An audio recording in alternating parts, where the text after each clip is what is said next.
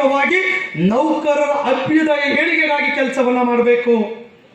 ಹೆಂಗೋ ಸರ್ಕಾರಿ ನೌಕರ ಸಂಘದ ಅಧ್ಯಕ್ಷ ಆಗಿದ್ದೇವೆ, 5 ವರ್ಷ ಏನೂ ಮಾಡಲಿಕ್ಕಾಗಲ್ಲ ಅಂತೇಳಿ ಫೋನ್ ಎತ್ತಲಿಲ್ಲ ಅಂತ ಹೇಳಿದ್ರೆ ನಮ್ಮಲ್ಲೂ ಕೂಡ ರಾಜಕಾರಣ ಇದ್ದಂಗೆ ಸಂಘಟನೆಯಲ್ಲಿ ಬದಲಾವಣೆ ಬಯಸ್ತಾ ಇರ್ತಾರೆ.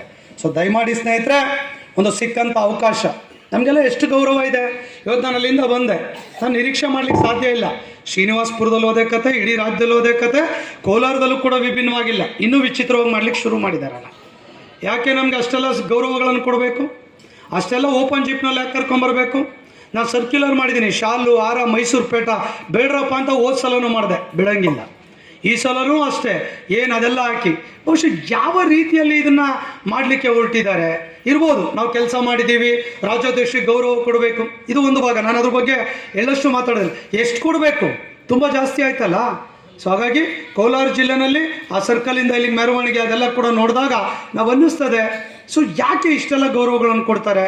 ಬಹುಶಃ ನಮ್ಮ ಕೆಲಸಗಳು ಮಾತನಾಡ್ತಿದ್ದಾವ, ನಮ್ಮ ಸರ್ವಿಸ್ಗಳು ಮಾತಾಡ್ತಾ ಇದ್ದಾವ, ನಮ್ಮ ಸ್ಪಂದನೆಗಳು ಮಾತಾಡ್ತಾ ಇದ್ದಾವ, ನಾವು 4-6 ಜನಕ್ಕೆ ಹೆಲ್ಪ್ ಮಾಡಿದ್ದು ಮಾತಾಡ್ತಾ ಇದೆಯಾ? ಇವತ್ತು ಸಂಘಟನೆ ಈ ಉತ್ತುಂಗ ಶಿಖರಕ್ಕೆ ಇಡೀ ದೇಶದಲ್ಲಿ ಯಾವ ರಾಜ್ಯದಲ್ಲೂ ಕೂಡ ಈ ಥರದ ಸಂಘಟನೆ ಇಲ್ಲ, ಈ ಥರದ ಇನ್ಫ್ರಾಸ್ಟ್ರಕ್ಚರ್ ಇಲ್ಲ, ಈ ಥರದ ಹೋರಾಟದ ಮಾನಸಿಕತೆ ಇಲ್ಲ, ಈ ಥರದ ಕಾರ್ಯಕ್ರಮಗಳಿಲ್ಲ, ಈ ಥರದ ಆರ್ಥಿಕ ಸಂಪನ್ಮೂಲಗಳಿಲ್ಲ.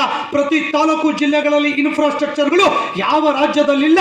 ಆ ಥರದ್ದು ಏನಾದರೂ ಇದ್ದರೆ ನಮ್ಮ ಕರ್ನಾಟಕದಲ್ಲಿ ಇದೆ ಅನ್ನುವಂಥದ್ದನ್ನು ತೋರಿಸ್ಲಿಕ್ಕಾಗಿ ತಾವು ಮಾಡಿದ್ದೀರಾ ಅನ್ನುವಂಥದ್ದನ್ನು ಒಂದೊಮ್ಮೆ ನಾನು ಯೋಚನೆ ಮಾಡಬೇಕಾಗ್ತದೆ. ಯೋಚನೆ ಮಾಡಬೇಕಲ್ಲ. ಆ ಥರದ ಒಂದು ಅಭಿಮಾನವನ್ನು ಇಟ್ಕೊಂಡು ತಾವೆಲ್ಲ ಕೂಡ ಇವತ್ತು ನಮಗೆ ಗೌರವವನ್ನು ಸಲ್ಲಿಸಿದ್ದೀರಾ. ಸೊ ಖಂಡಿತ ನಿಮ್ಮ ಋಣವನ್ನು ನಾವು ಯಾವತ್ತೂ ಕೂಡ ಮರಲಿಕ್ಕೆ ಸಾಧ್ಯ ಇಲ್ಲ. ಹಾಗಾಗಿ ನಾನು ಆಗಲೇ ಹೇಳ್ತಾ ಇದ್ದೆ, ಅಜಯ್ ಎನ್ನುವಂಥ ವ್ಯಕ್ತಿಗೆ ಅವಕಾಶ ಇರ್ಬೋದು, ಭಾಳ ಜನ ಅರವಿಂದ್ ಇರ್ಬೋದು, ಮುನೇಗೌಡರು ಇರ್ಬೋದು, ಮೂರ್ತಿ ಇರ್ಬೋದು, ರವಿ ಅವರು ಇರ್ಬೋದು, ನಮ್ಮ ಶ್ರೀನಿವಾಸಪುರ ಅಧ್ಯಕ್ಷ ಬೈರೇಗೌಡರು ಇರ್ಬೋದು, ಎಲ್ಲರೂ ಕೂಡ ಇದ್ದಾರೆ. ಸೊ ಎಲ್ಲರೂ ಕೂಡ ಹಳಬರು ಇದ್ದಾರೆ, ಹೊಸಬ್ರು ಇದ್ದಾರೆ, ಒಂದಿಷ್ಟು ಕೆಲಸವನ್ನು ಮಾಡಬೇಕು ಅಂತ ಬಂದಿದ್ದಾರೆ.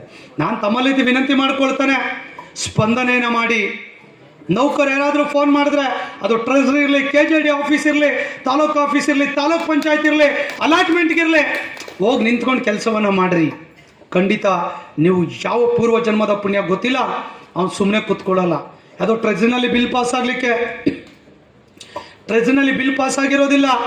ನೀವೇನಾದರೂ ಹೋಗ್ಬಿಟ್ಟು ಬಿಲ್ ಪಾಸ್ ಮಾಡಿಸ್ಬಿಟ್ರೆ ಅವ್ರು ಏನು ಹೇಳ್ತಾರ್ರಿ, ಸುಮ್ಮನೆ ಕೂತ್ಕೊಳ್ತಾರೆ ಅವರು. 1 ವರ್ಷದವರೆಗೆ ನಿಮ್ಮ ವ್ಯಾಲಿಡಿಟಿ ಬಂತು. ಬಸ್ ಸ್ಟ್ಯಾಂಡಲ್ಲಿ ಮಾತಾಡ್ತಾರೆ, ಕಾಫಿ ಕುಡಿತಾ ಮಾತಾಡ್ತಾರೆ, ಅಜಯ್ ಬಂದಿದ್ರು ಕಣ್ರಿ, ಟ್ರೆಜರಿಗೆ ಹೋಗಿ ಬಿಲ್ ಪಾಸ್ ಮಾಡಿದ್ರು. ಏನ್ರಿ ಎಷ್ಟು ಸಿಂಪಲ್ ಕಣ್ರಿ ಅವರು. ನೋಡ್ರಿ, ನಮಗೆ ಗೊತ್ತಿಲ್ಲದಂಗೆ ನಮಗೆ ನಮ್ಮ ಮಕ್ಕಳಿಗೆ ಇಂಡೈರೆಕ್ಟಾಗಿ ಒಳ್ಳೇದಾಗ್ಲಿಕ್ಕೆ ಶುರುವಾಗ್ತದೆ. ದಟ್ ಸರ್ವಿಸ್, ಇದೇ ಸರ್ವೀಸು.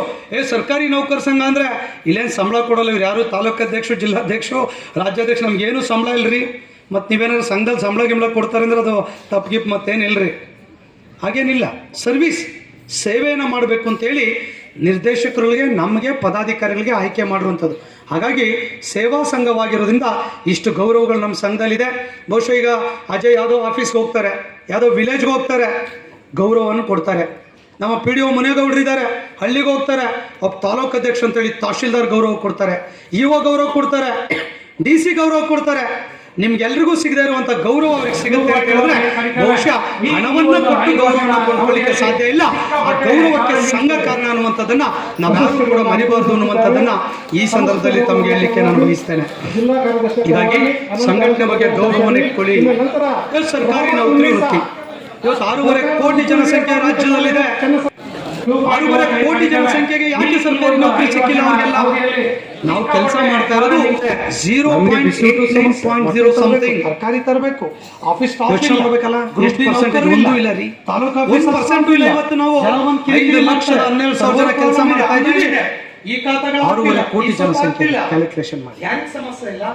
ನಿಮಗೆ ಎಷ್ಟು ಗೌರವಗಳು ಸಿಗ್ತಾ ಇದೆ? ಇವತ್ತು ನಮಗೆ ಇನ್ ಟೈಮಿಗೆ ಸ್ಯಾಲ್ರಿ ಹಾಕಿರೋದು ನಿಮ್ದು ಆಗಿದಾರ, ಅರಿಯರ್ಸ್ಗಳು ಸಿಗ್ತದೆ, ಫೆಸ್ಟಿವಲ್ ಅಡ್ವಾನ್ಸ್ ಸಿಗ್ತದೆ, ಚೈಲ್ಡ್ ಕೇರ್ ಲೀವು ಸಿಗುತ್ತೆ, ಅದೆಲ್ಲರ ಜೊತೆ ಫೆಸ್ಟಿವಲ್ ಅಡ್ವಾನ್ಸು ಕೂಡ ಸಿಗುತ್ತೆ. ಕೋವಿಡ್ ಬರುತ್ತೆ, 1 ತಿಂಗಳು ಕರ್ನಾಟಕ ಲಾಕ್ಡೌನ್ ಆಗ್ತದೆ, ಗಲಾಟೆಗಳಾಗ್ತದೆ, ಭಾರತ ಬಂದ್ ಆಗ್ತದೆ. ನಮಗೆ ಸಂಬಳ 1 ರೂಪಾಯಿ ನಿಲ್ಲಿಸೋದಿಲ್ಲ. ಅದೇ ಅಸಂಘಟಿತ ವರ್ಗಗಳಿಗೆ ಸಂಬಳ ಕಟ್ ಮಾಡ್ತಾರೆ, ಸಂಬಳ ಸಿಗಲ್ಲ. ತರಕಾರಿ ವ್ಯಾಪಾರ ಮಾಡೋಂಗೆ, ಹಣ್ಣಿನ ವ್ಯಾಪಾರ ಮಾಡೋಂಗೆ ಅವತ್ತೇನಾದರೂ ಭಾರತ ಬಂದಾಯ್ತು 3 ದಿನ ಅಂದರೆ ಅವನ ಜೀವನ ಕಷ್ಟ. ಗಂಡ ಹೆಂಡತಿ ಮಕ್ಕಳು ಹೊಟ್ಟೆ ಮೇಲೆ ತಣ್ಣೀರು ಬಟ್ಟೆ ಹಾಕ್ಕೊಳ್ಬೇಕು. ಆದರೆ ಸರ್ಕಾರಿ ನೌಕರರು ಕೋವಿಡ್ ಬರಲಿ, ಫ್ಲಡ್ ಬರಲಿ, ಅದು ಬಿರ್ಲಿ ಇಲ್ಲಿ ರಜಾ ಸಲ್ಲಿಸಿ ಹೋಗಿ ಒಂದಿನ ಈ ಎಲ್ಲ ಹಾಕಿ ನಮ್ಮ ಅಕೌಂಟ್ಗೆ ಸಂಬಳ ಜಮಾ ಆಗ್ತದೆ. ಯೋಚನೆ ಮಾಡ್ಬೇಕಲ್ಲ, ಅವನು ಶ್ರೇಷ್ಠನ ನಾನು ಶ್ರೇಷ್ಠನ ಅವ್ನು ಯೋಚನೆ ಮಾಡಬೇಕು. ಅವನಿಗಿಂತ ನಾನು ಶ್ರೇಷ್ಠ ಅನ್ನುವಂಥದ್ದನ್ನ ಹೆಮ್ಮೆಯಿಂದ ನಾವು ಹೇಳ್ಬೇಕು. ಅಷ್ಟೇ ಹೇಳ್ರಿ. ನಮ್ಮ ಇದ್ದಾಗ ಒಟ್ಟಿಗೆ ಸ್ಕೂಲ್ ಬರ್ತಿದಂಗೆ ತಲೆ ಮೇಲೆ ಸರ್ಕಾರಿ ನೌಕರಿ ಸಿಗ್ತದೆ. ನಮ್ಗೆ ಶುಗರ್ ಬರೋದು ನಮ್ಮ ಮಕ್ಕಳಿಗೆ ಇಂಜಿನಿಯರ್ ಜಾಸ್ತಿ ಆಗ್ತದೆ. ಟ್ಯೂಷನ್ ಓದಿಸ್ತಾ ಆರೋಗ್ಯ ಅನ್ನುವಂಥದ್ದು ಬಹಳ ಮುಖ್ಯ. ಅಣ್ಣ ತಮ್ಮ ಒಟ್ಟಿಗೆ ಆರೋಗ್ಯದ ಶಿಕ್ಷಣವನ್ನ ಯಾರು ಕೊಡೋದಿಲ್ಲ. ಒಟ್ಟಿಗೆ ಬದುಕು ಸಂಸ್ಕಾರಯುತ ಶಿಕ್ಷಣವನ್ನ ಎಜುಕೇಶನ್ ಅನ್ನ ಯಾರು ಹೇಳೋದಿಲ್ಲ. ಯಾರೋ ನನ್ನ ಕಚೇರಿಯ ನನ್ನ ಸರ್ವಿಸ್ ನನ್ನ ಇಲಾಖೆಗೋಸ್ಕರ ನನ್ನ ಬದುಕನ್ನು ಕಳ್ಕೊಳಕ್ ಹೋಗಬೇಡಿ. ಸರ್ಕಾರಿ ಗಮನ ಕೊಡಿ. ಏನೇ ಕಷ್ಟ ಆಗಲಿ, ಏನೇ ಸಮಸ್ಯೆಗಳಲ್ಲಿ ಜೀವ ಅಂತೂ ಯಾರ ಕೈಲೂ ತೆಗೆಯಲಿಕ್ಕೆ ಸಾಧ್ಯ ಇಲ್ಲ. 24 ವರ್ಷ ಕಷ್ಟ ಆಗಲಿ, ಎಲ್ಲ ಸರ್ಕಾರಿ ನೌಕರಿಯನ್ನ ದೇವರು ಬಂದು ಕೂಡ ತೆಗಿಲಿಕ್ಕೆ ಆಗಲ್ಲ ಅಂತೇಳಿ ನಿಮ್ಮ ಮನಸ್ಸಿನಲ್ಲಿ ಬಂದ್ರೆ ಯಾವ ಗುರಿಯನ್ನಾದ್ರೂ ನಾನು ಈಗ 5 ವರ್ಷ ಆದ್ಮೇಲೆ ಅಧ್ಯಕ್ಷ ಆದ್ಮೇಲೆ ಕೇಳ್ತಾ ಇದ್ದೀನಿ, ಯಾರಾದ್ರೂ ನೌಕರಿ ಬಿಡ್ತಾರೆ ಅಂತ ಕಾಯ್ತಾ ಇದ್ದೀನಿ. ಇಲ್ಲ ಸ್ವಾಮಿ, 7th ಪೇ ಕಮಿಷನ್ ಕೊಡಿ, ವಾಲಂಟರಿ ರಿಟೈರ್ಮೆಂಟ್ ತಗೊಳ್ತೀನಿ, ನೌಕರಿ ಬಿಡೋಕ್ಕಾಗಲ್ಲ ಅಂತ ಹೇಳುವಂತ ಮಾನಸಿಕತೆ ನಮ್ಮ ನೌಕರು ಬಂದಿದ್ದಾರೆ. ನಾನು ನಿಮ್ಮ ಮಕ್ಕಳಿಗೆ ಹೆಣ್ಣು ಗಂಡು ಕೊಡ್ಬೇಕಾದ್ರೆ ನಿಮ್ಮ ಅಪ್ಪ ಸರ್ಕಾರಿ ನೌಕರಿಲಿದ್ದಾನ ಅಂತ ಕೇಳ್ತಾರೆ. ಆಮೇಲೆ ಮಕ್ಕಳಿಗೆ ಕೊಡ್ಬೇಕು ಅಂದ್ರೆ ಯಾವ ಸಮಯ ನೌಕರಾಗಿದ್ದು ಪರವಾಗಿಲ್ಲ, ನಮ್ಮ ಮಕ್ಕಳು ಕೊಡ್ತಾನೆ. ಕಾರ್ಪೊರೇಟ್ ಕಂಪನಿಗಳಿಗೆ ನಮ್ಮ ಮಕ್ಕಳ ಮಗಳನ್ನ ಕೊಡೋದಿಲ್ಲ ಅನ್ನುವಂತ ವಾತಾವರಣ ಇವತ್ತು ನಿರ್ಮಾಣ ಆಗಿದೆ. ಯೋಚನೆ ಮಾಡಿ, ಸರ್ಕಾರಿ ನೌಕರಿ ಶ್ರೇಷ್ಠತೆ ಎಷ್ಟಿದೆ, ಸರ್ಕಾರಿ ನೌಕರಿ ವ್ಯವಸ್ಥೆಯ ಬಗ್ಗೆ ಎಷ್ಟು ಗೌರವ ಇದೆ. ಕಾರಣ ಏನು? ಗ್ಯಾರಂಟಿ. ಸರ್ಕಾರ ಈ ಗ್ಯಾರಂಟಿಗಳು ಕೊಟ್ಟಿದೆ. ಸರ್ಕಾರಿ ನೌಕರಿ ಎನ್ನುವಂಥ ಗ್ಯಾರಂಟಿ ಮೂಲಭೂತ ಹಕ್ಕುಗಳಲ್ಲಿ ಸೇರಿರುವಂಥ ಗ್ಯಾರಂಟಿ ಎನ್ನುವಂಥದ್ದನ್ನು ಹೇಳಲಿಕ್ಕೆ ಬಯಸ್ತಾನೆ. ಹಾಗಾಗಿ ಇಷ್ಟು ರೀತಿಯಲ್ಲಿರುವಂಥ ಒಂದು ಸರ್ಕಾರಿ ನೌಕರಿಯ ವೃತ್ತಿಯನ್ನು ನಾವೆಲ್ಲ ಕೂಡ ಅತ್ಯಂತ ಪ್ರೀತಿ ಗೌರವದಿಂದ ಗೌರವಿಸಬೇಕು. ಮತ್ತು ಸರ್ಕಾರ ಏನು ಜನಪರ ಯೋಜನೆಗಳನ್ನು ಶ್ರೀಸಾಮಾನ್ಯನಿಗೆ ತಲುಪಿಸುವಂಥ ಅವಕಾಶ ಕೊಟ್ಟ